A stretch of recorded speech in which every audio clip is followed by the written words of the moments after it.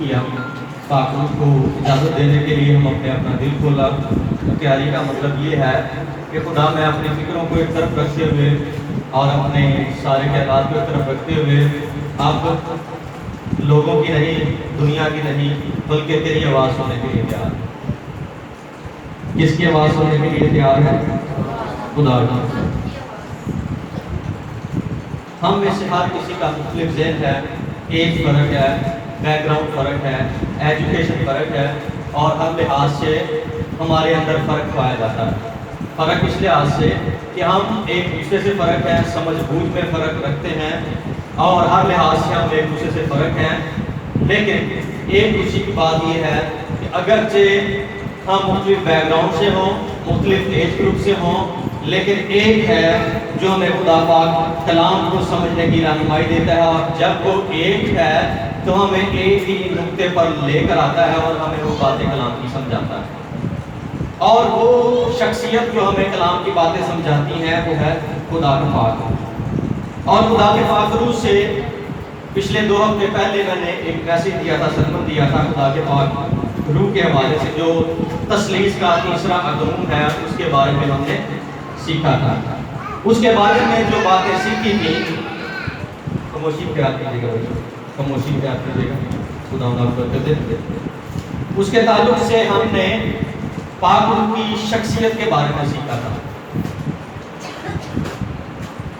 ہمارا پاک تثلیث میں سب سے زیادہ جو متحرک شخصیت ہے ہماری زندگیوں میں وہ خدا کا پاک روح ہے. جب خدا پاک روح اتنا متحرک ہے، اتنا ہماری زندگی میں کام کر رہا ہے، تو ہمیں بھی اس کے کردار کو سمجھنا اتنا ہی زیادہ ضروری ہے جتنا کہ وہ متحرک ہے. جتنا کہ وہ متحرک ہے. متحرک سے مراد کہ کلام کو سمجھنے میں میری اور آپ کی رہنمائی کرتا. جب ہم مسیح میں نہیں تھے تو توبہ کی قائلیت اس نے بخشی. وہ ہماری زندگی میں ہماری کاٹ چھاٹ کرتا ہے اور پاک روح کے پھل پیدا کرنے میں ہماری رہنمائی کرتا ہے. تو جب یہ سارے کام وہ کر رہا ہے اور اس کے ان سارے متحرک کردار کے لیے جو وہ کرتا ہے، تو کیا اس اکیلے کا متحرک ہونا ہماری زندگی میں سارے کام کر پائے گا؟ اس کے متحرک ہونے کے ساتھ ساتھ ہمیں بھی متحرک ہونا ہے اور ہمیں بھی اس کی پرسنالٹی اور شخصیت کے بارے میں جاننا ہے.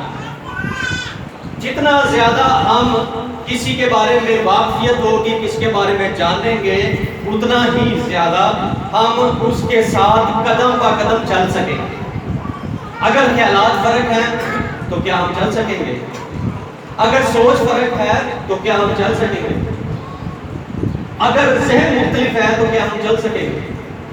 نہیں چل سکیں گے. اس لیے جب وہ اتنا متحرک ہے، جب ہم دعا میں اس کو پکارتے رہیں، جب اس کی مدد ہم طلب کرتے رہیں، تو کیا اس کو جانے بغیر مدد مانگتے رہیں تو کیا اس چیز کا ہمیں اتنا زیادہ فائدہ ہوگا؟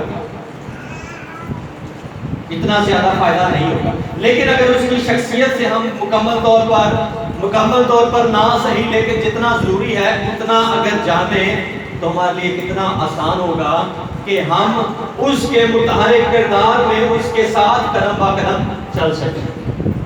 کیوں؟ کیونکہ وہ ہمیں توبہ کی قائلیت دیتا ہے، اور جب ہم گناہگار ہی تھے تو مسیح ہمارے خاطر ہوا اس بات کو بھی پورا کرنے کے لیے وہ ہمارے دلوں کو تیار کر رہا ہوتا.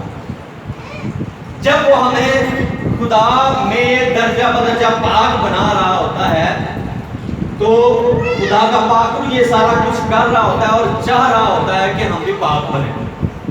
اور جب ہم چاہیں کہ ہم نے بھی خدا کی حضوری میں پاک بننا ہے تو ضروری نہیں ہے کہ اس کے کردار کو اپنے اندر سمجھے جانے.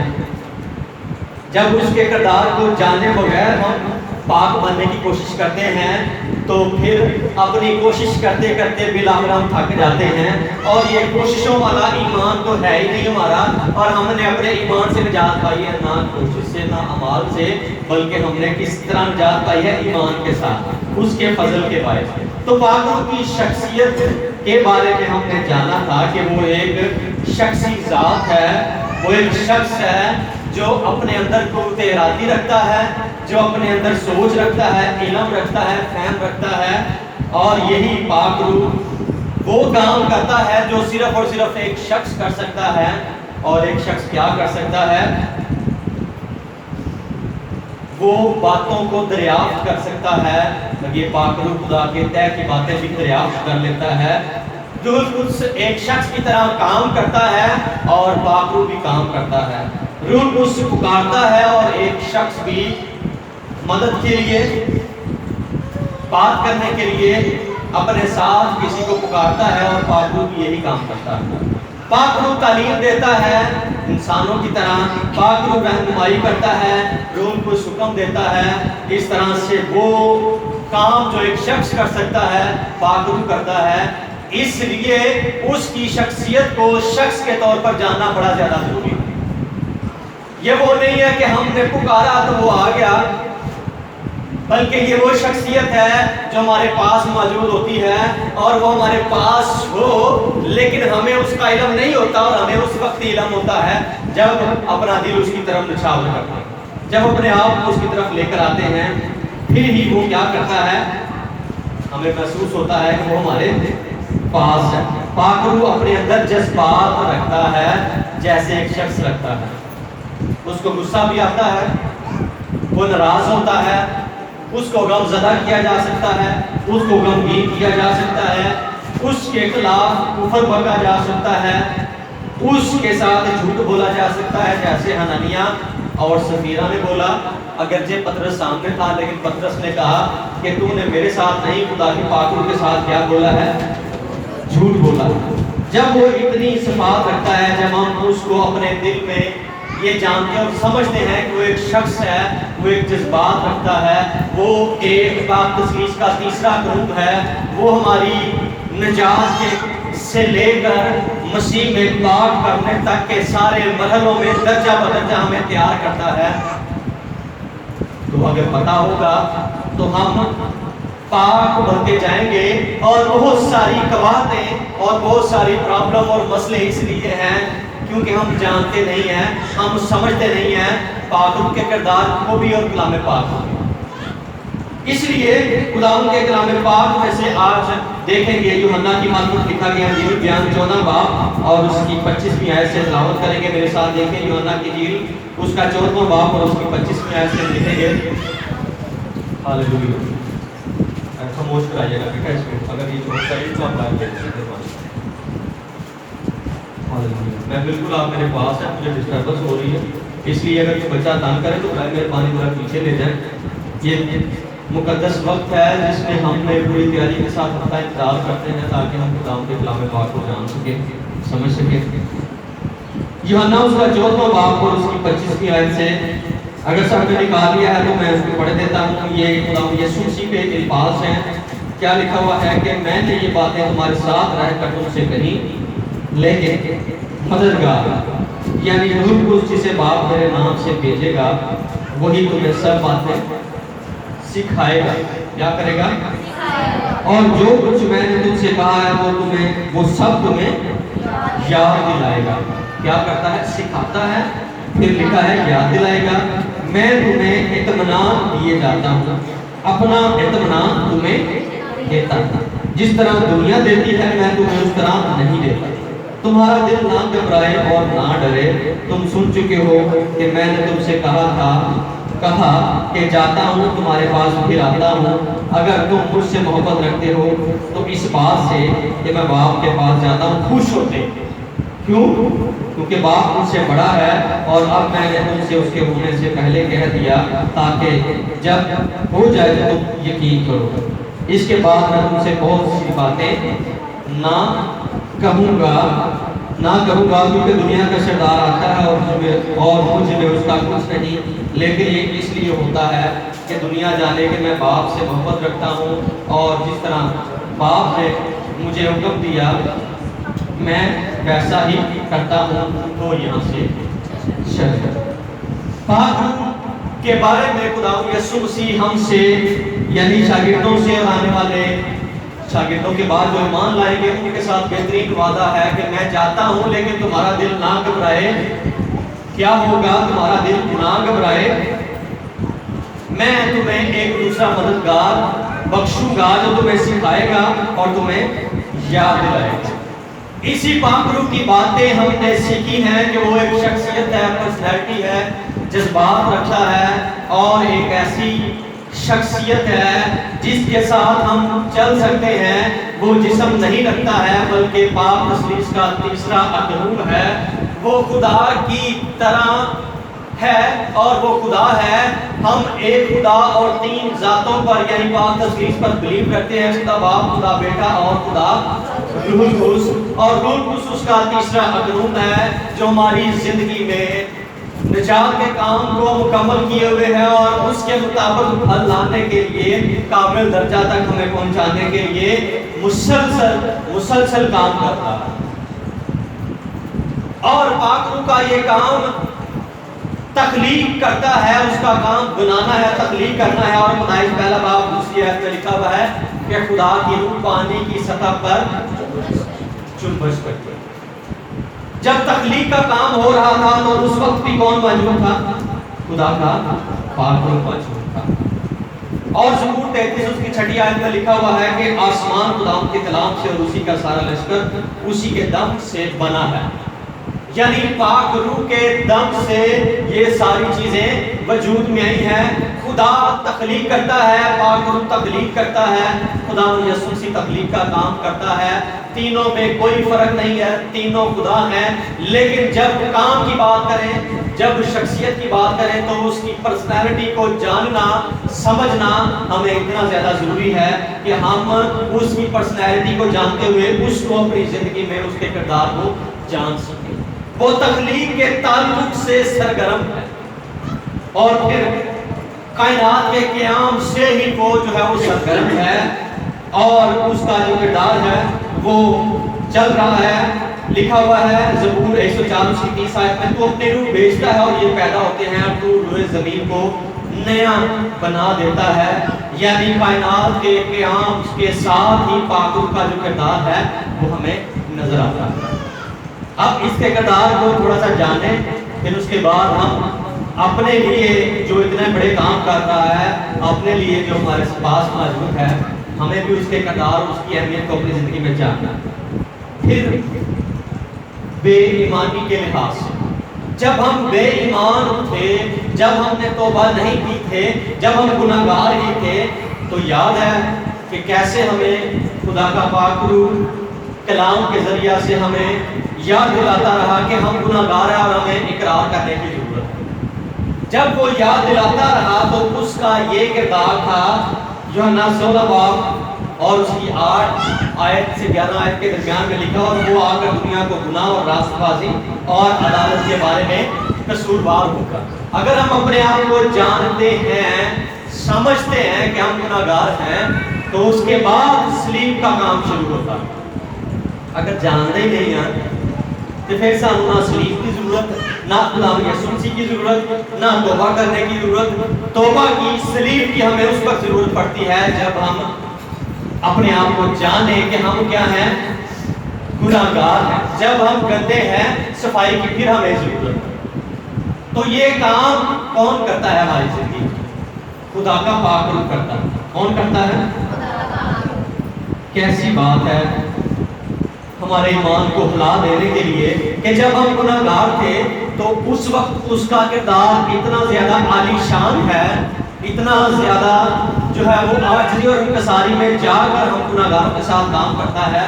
تو جب اتنا زیادہ کام ہے تو اس کے بعد جب ہم نے مسیح کو قبول کر لیا ہے پاک روح کی رہنمائی سے، تو اس کے بعد اس کا کردار کتنا زیادہ ہماری زندگی میں ہوگا، کتنا زیادہ ہوگا؟ اس سے زیادہ ہی ہوگا نا۔ اب وہ پہلے ہمارے ساتھ نہیں رہتا تھا، ہمیں قائدے دیتا تھا، لیکن اب وہ ہمارے ساتھ رہتا ہے۔ ہاللیلویہ۔ اب وہ ہمارے ساتھ رہتا ہے، اور جب تخلیق کے کام میں وہ شامل ہے، اتنا بڑا کام ہے اس کا، تو جتنا اس کا عظیم کام ہے، تو اس عظیم کام کو اگر وہ دنیا بنانے میں سرگرم عمل ہے تو ہمیں پاک بنانے میں بھی سرگرم عمل ہے۔ تو جب پاک بنانے میں سرگرم عمل ہے تو کیا ہمیں پاک بننے کے لیے اس کی رہنمائی کی ضرورت نہیں ہے؟ ضرورت ہے۔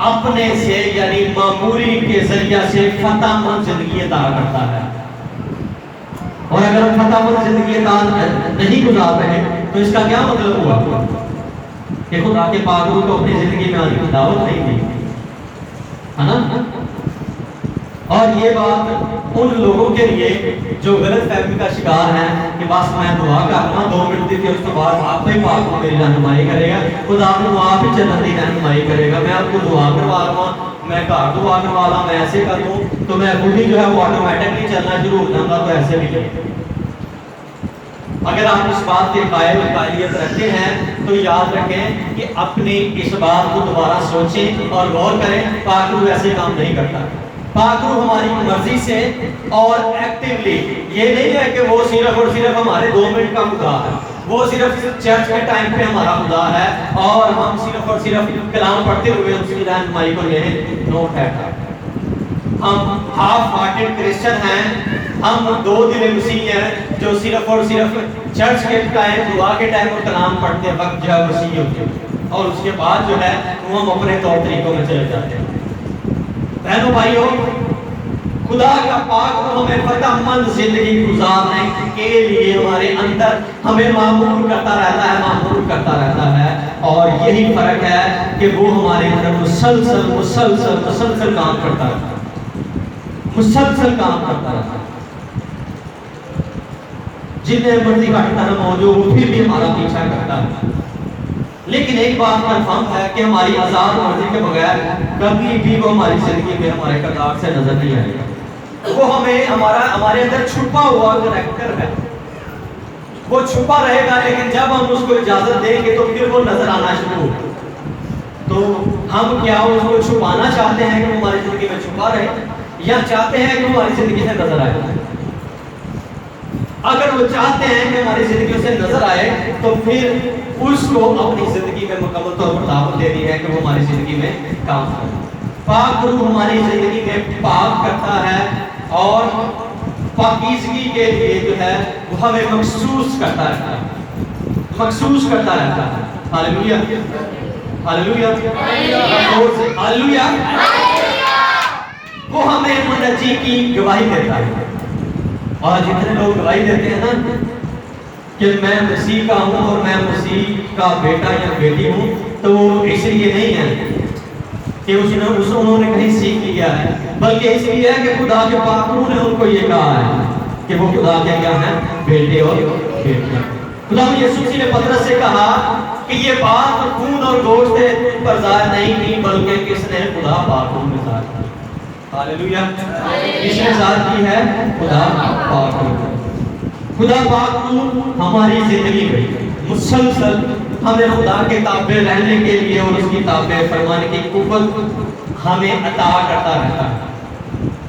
تو اگر ہم تابعداری میں زندگی نہیں بسر کرتے, اس کی رہنمائی کو کلام پاک کے دوران نہیں دیتے, ہم پاک نہیں بنتے ہیں, تو اس کا مطلب ہے کہ خدا کے پاک روح کو اپنے دلوں میں ہم نے نہیں لیا.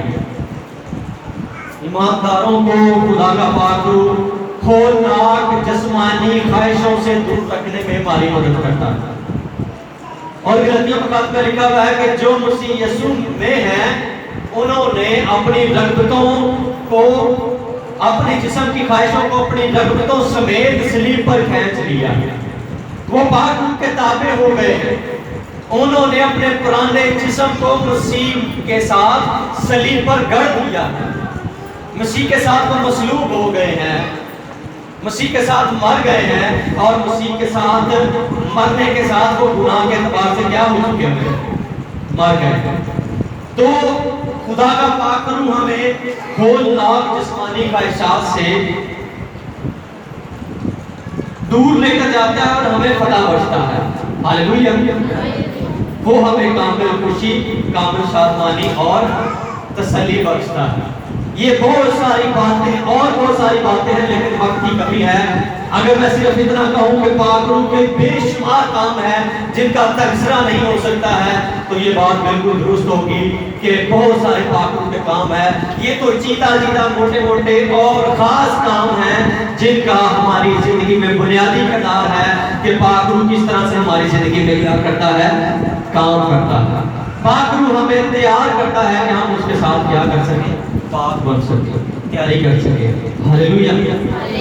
جب اس کا اتنا خوبصورت کردار ہے تو ان میں سے کوئی بھی ایک بات جس کی ہمیں کمی ہو تو موقع ہو کہ اس کمی کو دور کرنے کے لیے خدا پاک روح کو اپنے دل میں تابلا، خدا پاک روح سے کہیں کہ خدا پاک روح میری رہنمائی کر، میری مدد کر، میرے ساتھ ہو، تاکہ میں اپنی بری حالات پر اور میں اپنی پرانی زندگی پر کیا آ سکوں، غالب آ سکوں۔ ہم اس لیے اپنی پرانی حالات پر غالب نہیں آتے کہ ہم اس کے ساتھ چلنا نہیں چاہتے، ہم اس لیے کلام کو سمجھ نہیں پاتے کیونکہ ہم سمجھنا نہیں چاہتے، جو ہم کرنا چاہتے ہیں وہ کر جاتے ہیں اور جو نہیں کرنا چاہتے وہ نہیں کرتے، یہ پکی بات ہے۔ اس لیے میرے بہنوں اور بھائیوں، اگر خدا کی پاک رہنمائی کو آپ اپنی زندگی میں لینا چاہتے ہیں تو میرے اور آپ کے لیے وقت ہے، میرے لیے اور آپ کے لیے وقت ہے کہ ہم پاک کی رہنمائی کو اپنے دل میں لیں، اپنی زندگیوں کے لیے آئیں، اپنی آنکھیں بند کریں، سروں کو جھکائیں